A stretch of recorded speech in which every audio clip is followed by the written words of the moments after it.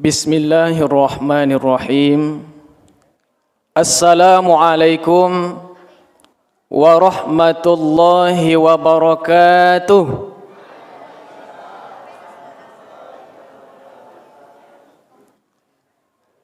Bakut lambuk saya bunyinya Pak Ibu. Kanyang makan tadi. Hujan hari. Kita ulang balik Pak Ibu ya. Assalamualaikum warahmatullahi wabarakatuh.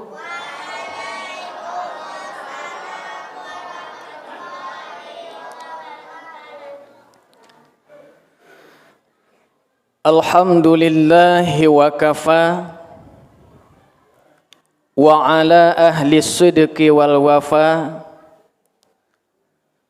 Ashhadu an la ilaha illallah wa ashhadu anna Muhammadan abduhu wa rasuluh sallallahu alaihi wasallam la nabiyya ba'da amma ba'd. Qala Allah ta'ala fil Qur'anil Karim A'udzu billahi minasy syaithanir rajim.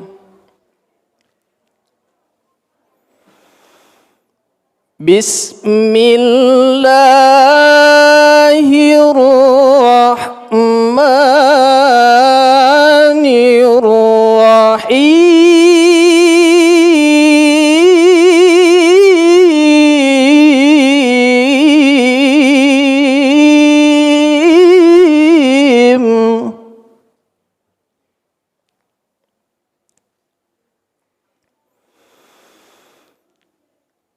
Ya ayyuhalladzina amanu taqullaha wal tanzur nafsum ma qaddamat lighad.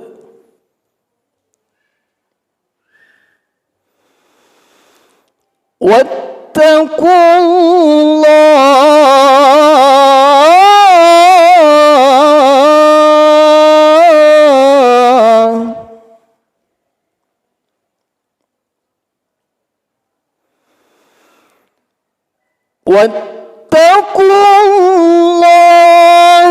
إن الله خبير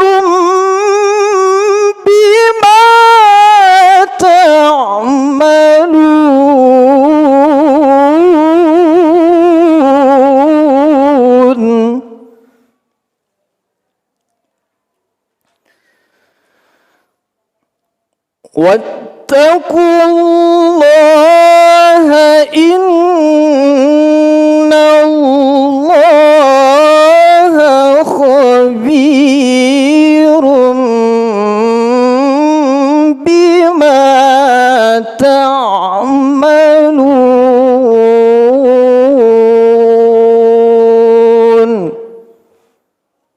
Sadaqallahul azim.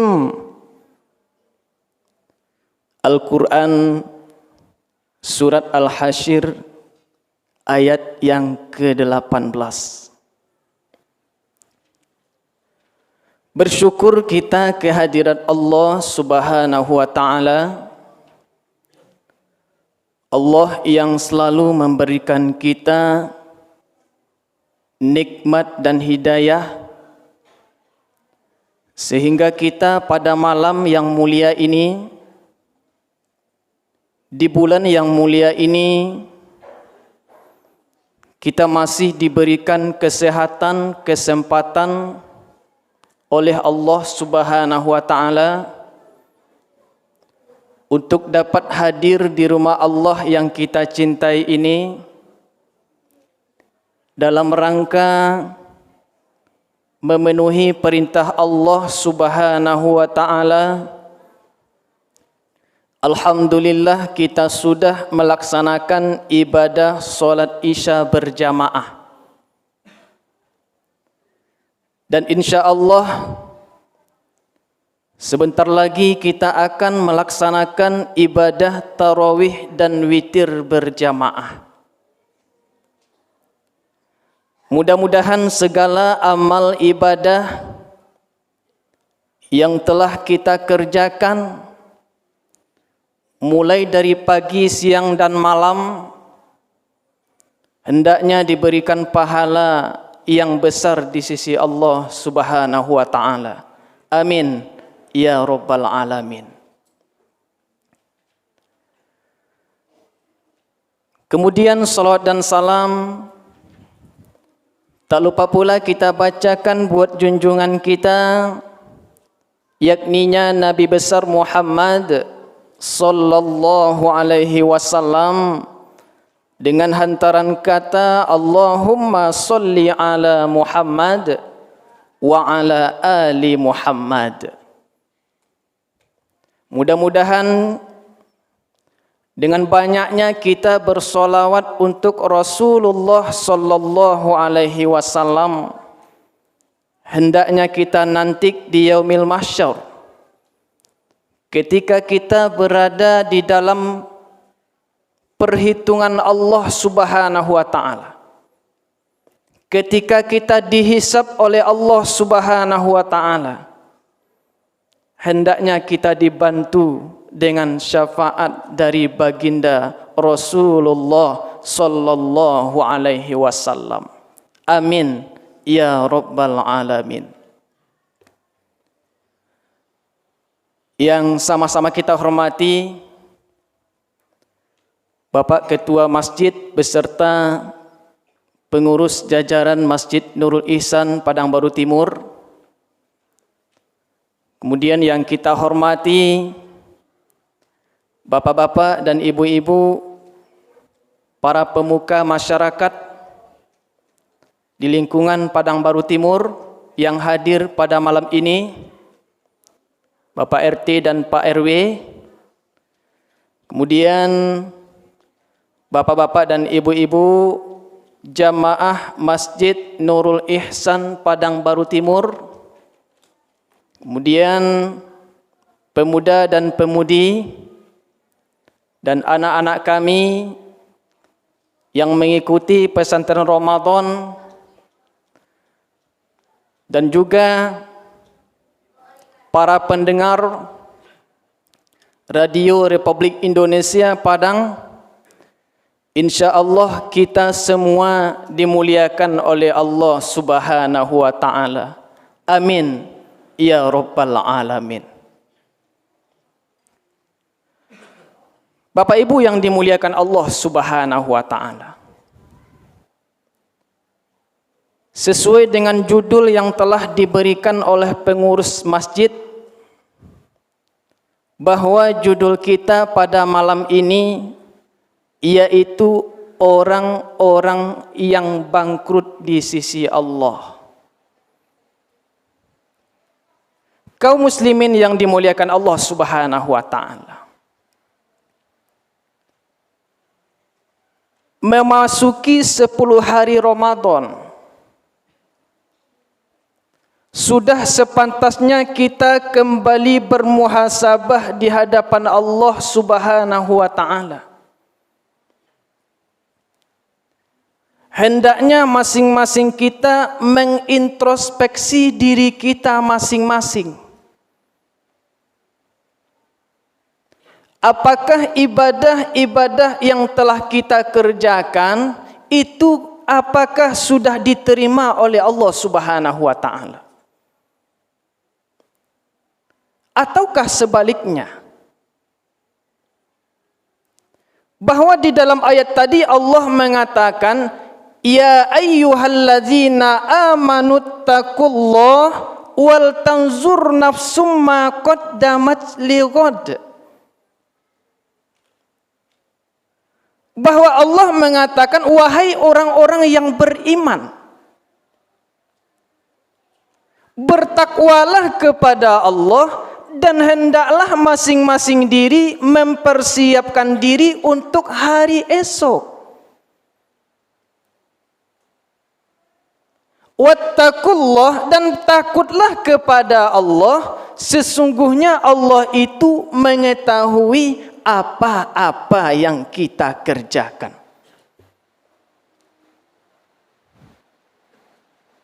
Bapak Ibu yang dimuliakan Allah Subhanahu wa taala,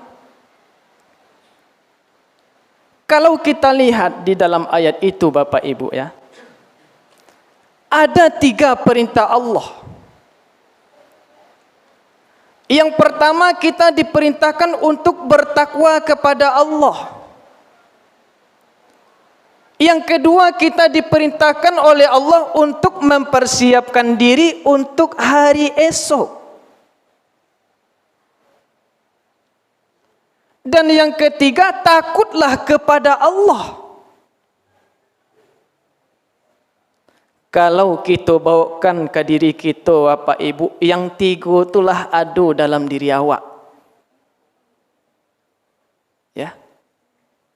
Ba'a kira-kira Bapak Ibu, alaku bertakwa kita kepada Allah. Ya. Alakah kita mempersiapkan diri kita untuk hari esok? Alaku takut kita kepada Allah? Kalau Ustaz menjawab Bapak Ibu, insya Allah yang 3 itu sedang kita lakukan. Ya, kita duduk di rumah Allah Subhanahu wa taala dalam rangka beribadah kepada Allah. Kita berpuasa di hadapan Allah Subhanahu wa taala dalam rangka mempersiapkan diri kita untuk hari esok. Rasanya itu sedang kita lakukan Bapak Ibu. Ya. Betapa banyak amal ibadah yang kita kerjakan. Ada yang namanya ibadah solat, ada yang namanya ibadah puasa, ada yang namanya ibadah zakat, haji dan umroh. Tetapi apa kata Rasulullah sallallahu alaihi wasallam? Apakah itu saja amal ibadah yang kita lakukan? Apakah sudah cukup amal ibadah yang kita lakukan? Ya. Sehingga apa yang dikhawatirkan oleh Rasulullah sallallahu alaihi wasallam, jangan sampai nanti awak jadi orang nan bangkrut di akhirat. Awaklah payah sumbayanglah, payah berpuasalah, payah berzakat, bahkan haji dan umrah ke Mekah Al-Mukarramah babulak balik setiap tahun, tapi tidak ada amal ibadah itu do Bapak Ibu.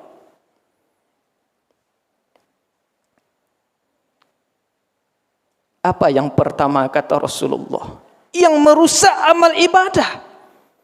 Kata Rasul, sittatu asya'a tuhbitul a'mal. Ada 6 perkara kata Rasulullah yang merusak, yang menghancurkan amal ibadah.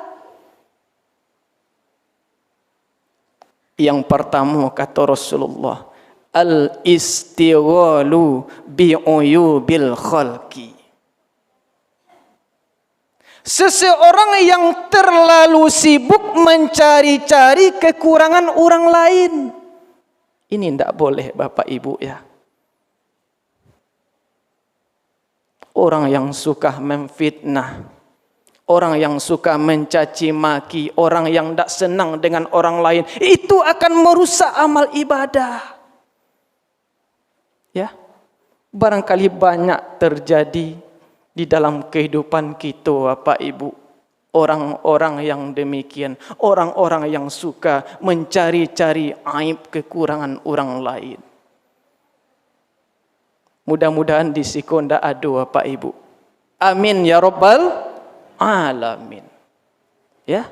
Karena orang-orang yang demikian merupakan orang-orang yang sangat bermasalah dengan masalah hati. Ya. Kecil orang apa ibu SMS sanang mencari orang susah, susah mencari orang sanang. Ini tidak boleh kata Rasulullah sallallahu alaihi wasallam. Ya. Gajah di pelupuk mata tidak nampak. Tungau saja wanta nampak. Ya. Itulah perbuatan-perbuatan orang-orang yang tidak merasa senang dengan kehidupan orang lain. Satu. Kemudian yang kedua yang merusak amal ibadah itu kata Rasulullah, yang menghancurkan amal ibadah itu adalah waqaswatul qalbi. Orang nan kare hati. Kalaulah hatinya kare ya Pak Ibu, betapapun kebenaran itu tidak akan masuk ke dalam dirinya. Ya. Hati yang keras akan merusak amal ibadah. Apa kata Allah di dalam Al-Quran?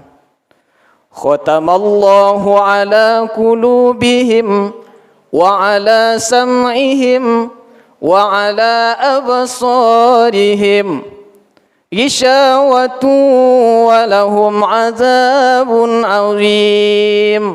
Allah mengunci hati mereka. Kalaulah hati tak kunci ya Pak Ibu, talingo tidak bisa mandanga, mata tidak bisa mancak lihat. Walaupun talingo kau masih bisa mandanga, tapi tidak mampu mendengar panggilan Allah. Walaupun mata bisa mancak lihat, tapi tidak mampu melihat tanda-tanda kebesaran Allah. Terjadi musibah, terjadi bencana, dia tidak mampu mengambil pelajaran terhadap apa yang terjadi di sekelilingnya. Maka itulah kata Allah Subhanahu wa taala, walaqad zara'na li jahannam katsiran minal jinni wal ins lahum qulubun la yafqahuna biha wa lahum a'yunun la yubsiruna biha wa lahum azanun la yasma'una biha ulaika kal an'am bal hum adall.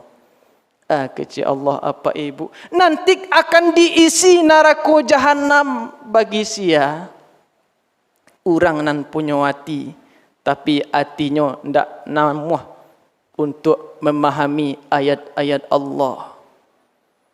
Orang yang punya talingo tapi talingonya ndak mampu untuk mendengarkan ayat-ayat Allah. Ya. Orang yang punya mata tapi tidak mampu untuk mencari tanda-tanda kebesaran Allah. Maka itulah kata Allah, ulaika kal an'am. Mereka itulah bantu binatang. Jadi orang yang model itu sama aja binatang Bapak Ibu. Balhum adol. Maka lebih kejam daripada binatang. Waqaswatul qalbi. Orang nan karyati akan dapat merusak amal ibadah. Kemudian yang ketiga kata Rasulullah, yang merusak amal ibadah itu adalah wa hubbud dunya wa karahiyatul maut. Seseorang yang terlalu cinta terhadap dunia tapi lupa kepada mati. Di dalam kehidupannya, ya, kehidupannya bergelimangan harta. Mereka sibuk memperkaya dirinya, ya. Mereka sibuk memperbagus rumahnya. Mereka sibuk memperbanyak hartanya. Tapi orang yang demikian kata Rasulullah, dia lupa kepada mati.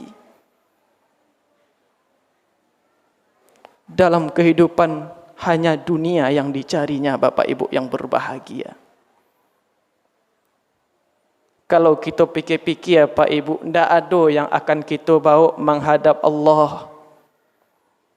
Lai ada orang mati bawa rumah Pak Ibu, tidak ada. Lai ada orang mati membawa oto ke dalam kuburan, tidak ada. Maka yang kekal dengan kita, ya, yang kekal menghadap Allah Subhanahu wa taala adalah amal ibadah.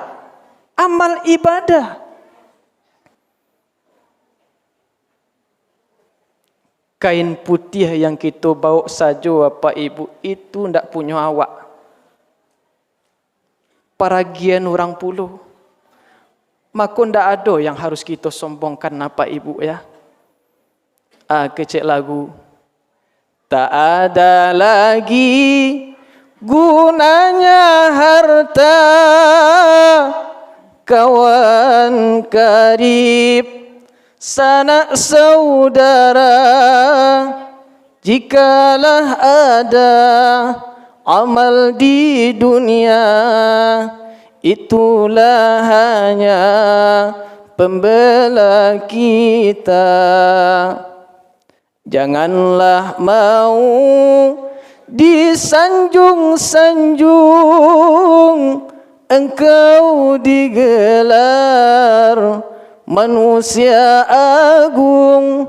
Sadarlah diri, tahu diuntung, sebelum masa kerendah diusung. Ya, mungkin kita memiliki kekayaan selama di dunia Bapak Ibu. Tapi apakah kita nanti juga kaya di akhirat Allah Subhanahu wa taala? Mungkin orang-orang yang saat ini bersama kita, dia sering menyanjung kita, dia menyegani kita. Apakah kita nanti di akhirat mau dituju Bapak Ibu?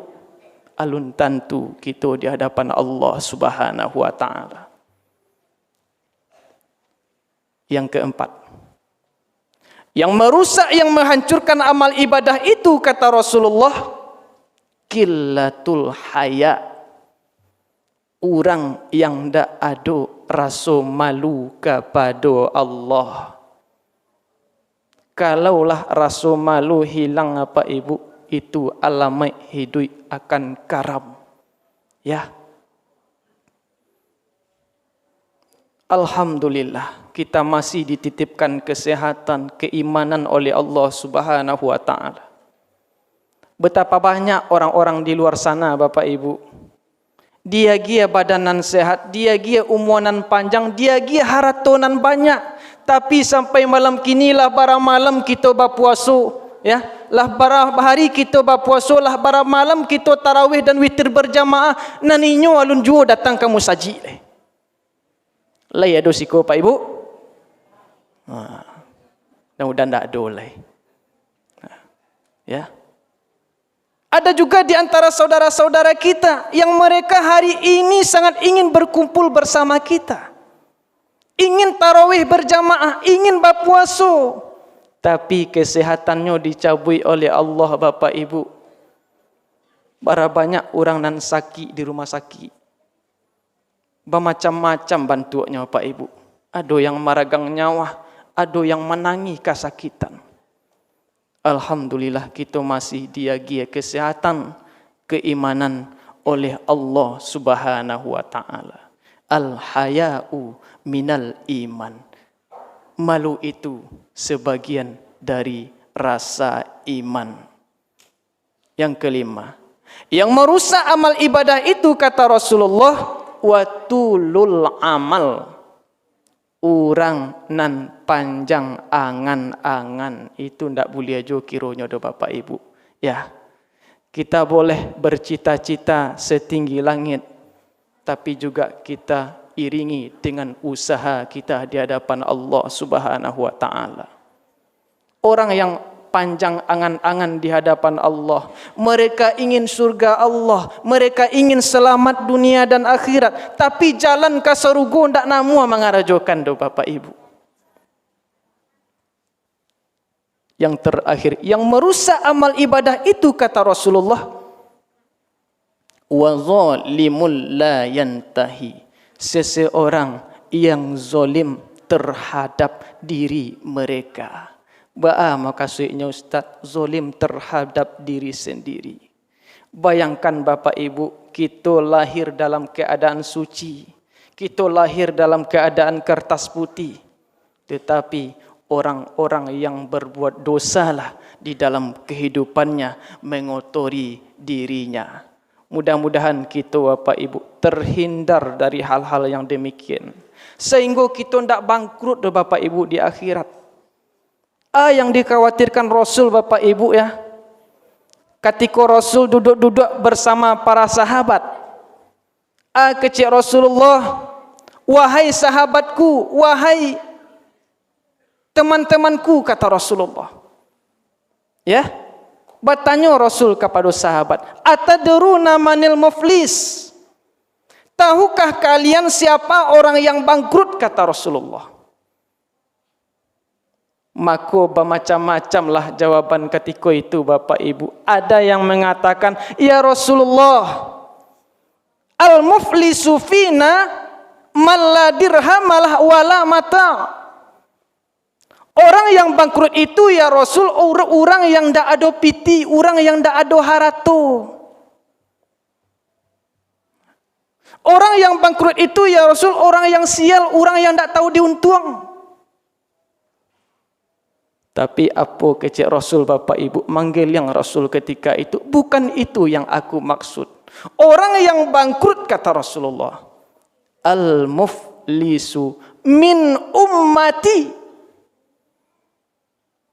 Orang yang bangkrut itu dari golongan umatku, kata Rasul.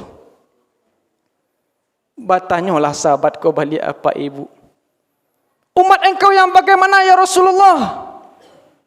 Ya, ya'ti yaumal qiyamati bi sholatin wa siyamin wa zakatin. Ya, orang yang bangkrut itu, kata Rasulullah, di satu sisinya membawa pahala sembahyang, inyo membawa pahala puasa, inyo membawa pahala zakat, tapi di sisi lain inyo juga membawa dosa yang banyak Bapak Ibu. Apa kata seorang hamba ya ketika berhadapan dengan Allah Subhanahu wa taala? Ya Allah, iku ibadah solat ambo ya Allah, iku ibadah puasa ambo ya Allah, iku ibadah zakat ambo ya Allah.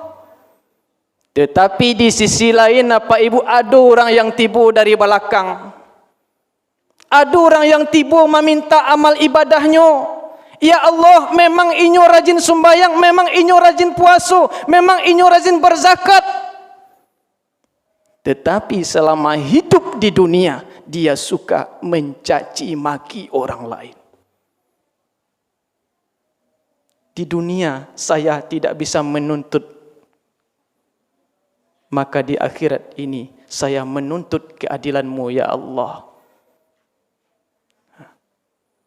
Kemudian masih banyak orang yang meminta, ya Allah, dia memang rajin sholat, memang rajin puasa dan zakat. Ya, tapi dia suka memfitnah orang lain. Maka dari itu Bapak Ibu kaum muslimin yang berbahagia, di samping kita beribadah kepada Allah, hubungan kita dengan Allah Subhanahu wa taala, mari kita jaga hubungan kita sesama manusia. Ya, kalaulah habis amal ibadah kita Bapak Ibu, itulah kata Rasulullah, orang nan bangkrut di hadapan Allah. Ya, ibarat orang manggale Bapak Ibu, ya, pokok habis utang masih banyak. Ya, ndak ada amal ibadah awak lai, orang banyak tiba menuntui. Karena apa? Banyak orang yang disakitinya selama kehidupan di dunia. Mudah-mudahan apa yang disampaikan ini dapat kita ambil hikmahnya dan dapat kita terapkan dalam kehidupan kita sehari-hari, sehingga kita beribadah kepada Allah Subhanahu wa taala. Betapa banyak ibadah yang kita kerjakan, kita juga berusaha menjaga amal ibadah yang kita kerjakan. Jangan payah-payah awak sembahyang Bapak Ibu, payah-payah berpuasa, tanya tu di akhirat amal ibadah kita ndak ada. Terima kasih. Billahi taufiq wal hidayah. Assalamualaikum warahmatullahi wabarakatuh.